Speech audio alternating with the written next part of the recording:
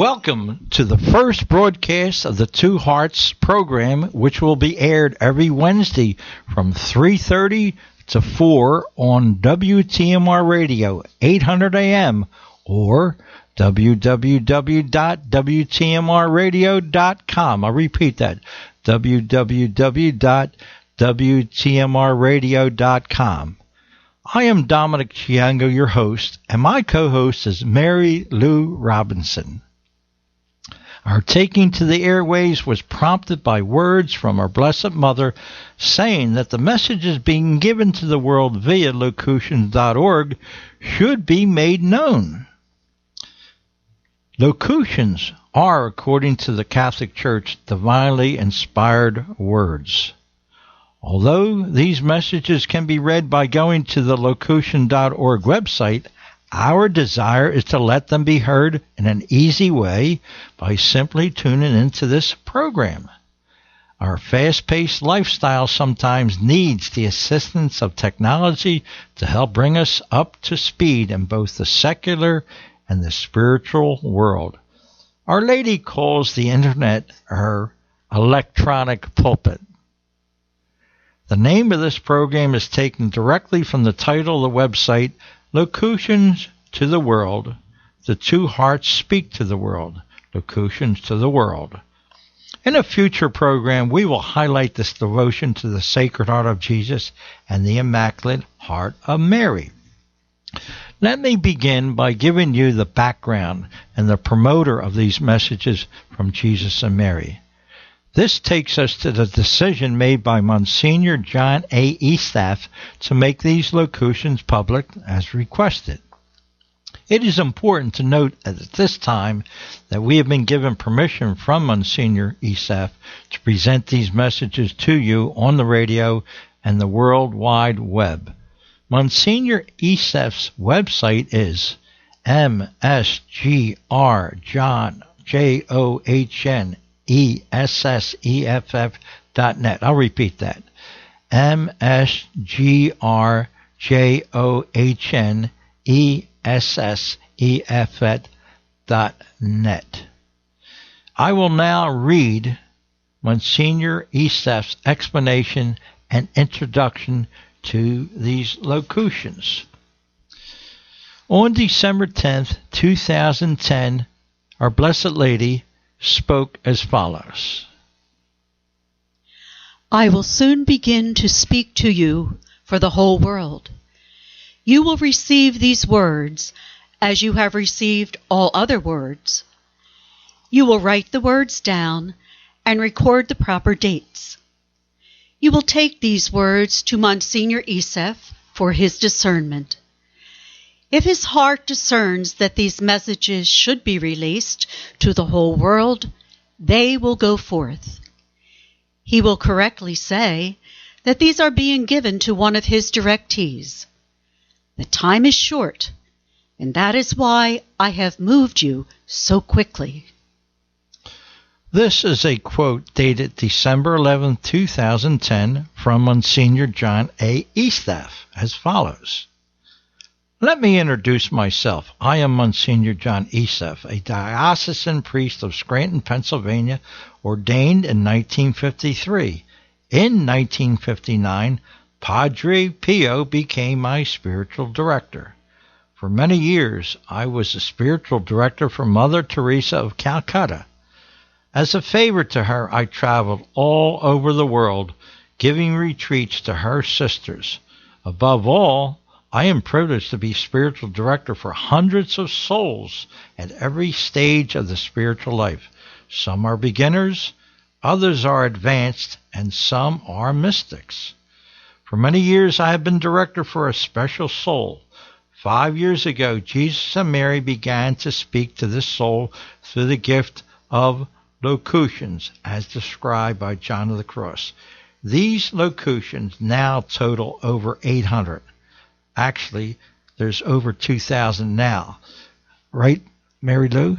That is correct, yes. I have discerned the validity of these locutions. Until now, these locutions were personal teachings given for the small community that gathered in prayer. Beginning on December 10, 2010, a new phase began, namely, some locutions were to be told to the whole world. In December 2010, a clear sign was prophesied. After this, the locutions would begin. Quote, a country will go from light into darkness overnight. This was fulfilled 2 weeks later with the Egyptian revolution. Since then, the locutions have said the following. Number 1, the Egyptian revolution was caused by Satan, who always uses the desires of people, even legitimate ones, for his goals. In other words, Satan used the legitimate desires to be freed of a dictator for his goal of destabilizing Egypt. 2. Satan's true goal is revealed only later, when it is too late to reverse the events. 3. His goal was to establish the Muslim Brotherhood in power in Egypt. 4. In this way, a ring of protection around Israel would be stripped away. Namely, Egypt would no longer be friendly to Israel. 5. The Egyptian and Libyan revolutions were not the tipping point. They were fires contained within their own countries. 6. The important revolution would be in Syria. This revolution would be more violent and would last much longer. Because of its length and violence, many walls against evil would be removed. 7.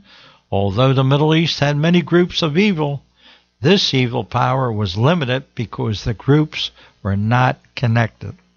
8. The Syrian revolt was a new stage.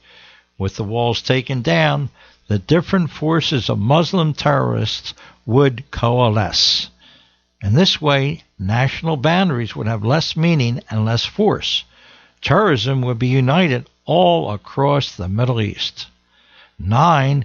Because President Obama has deliberately altered America's role in the area, everyone involved in terrorism would know that they did not need to worry about American intervention. 10. These terrorists would experience a great wave of enthusiasm, believing that every stable government can be toppled. 11. Revolutions and destruction are Satan's means to disrupt any kind of a stable government. 12. These terrorists, emboldened by their successes in Syria, will look to do the same in Afghanistan and Pakistan. 13. President Obama's failure to respond means that Satan's timetable is moved up. His planned events will happen sooner than expected. The terrorists realize that their goals, which seem far away, are much closer. 14. The purpose of the satanic violence in the Middle East is to destroy Jerusalem. 15. Jerusalem is the center of God's plan. He will use that city, venerated by Israel, Catholicism, and Protestantism, to unite all three faiths and initiate a special area of religious unity and worldwide evangelism. 16.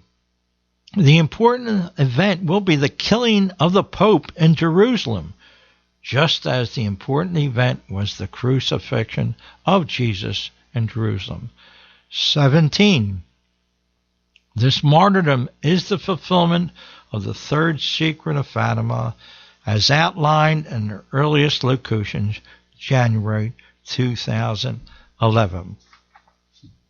On October 13, 2012, Jesus spoke as follows.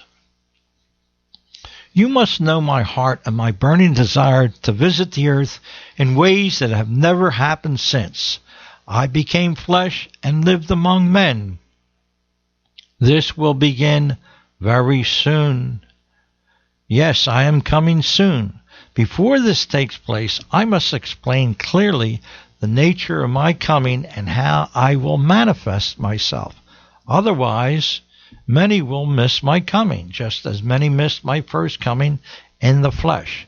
This is the purpose of these locutions. On the same day, Mary spoke as follows.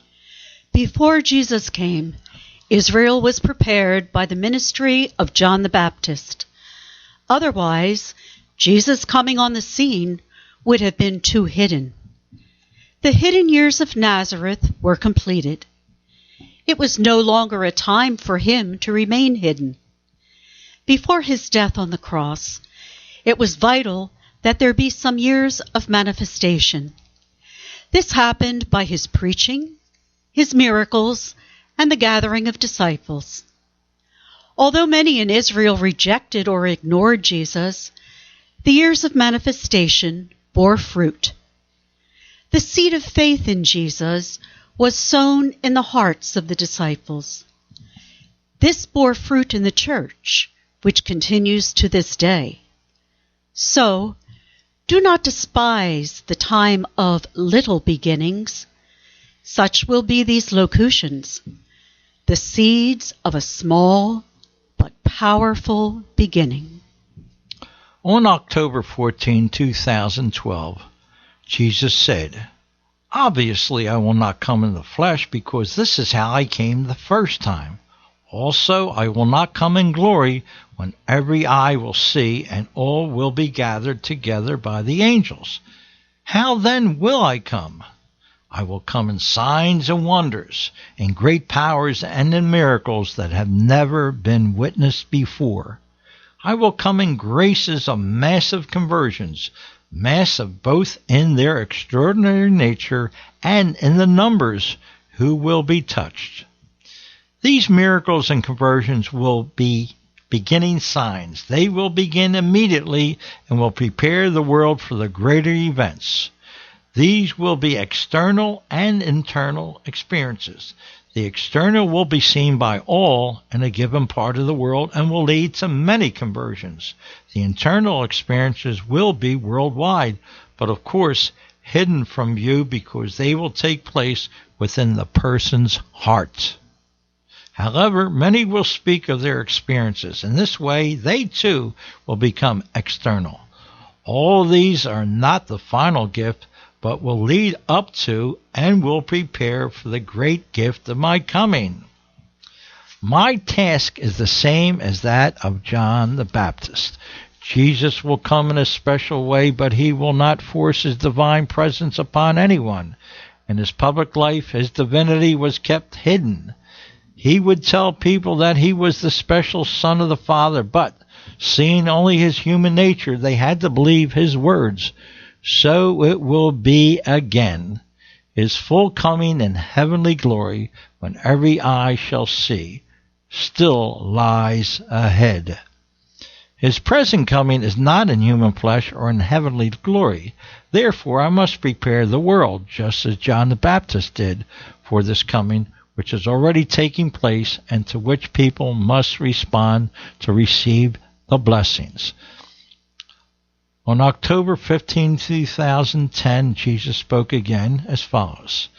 This great and final gift of my special coming, by which I will bring an unimaginable period of peace to the world, must be prepared for. If the people respond to these religious stirrings, they will hasten my coming. All must share. All must participate. All must be open. All must receive. Everyone is very important in this enterprise. I am coming soon. Mary spoke on the same day as follows. How active I have been, and how even more active I will become. The world is in these special days of Jesus' divine visitation. The initial gifts have already begun to fall from the heavens. The great and new manifestations of Jesus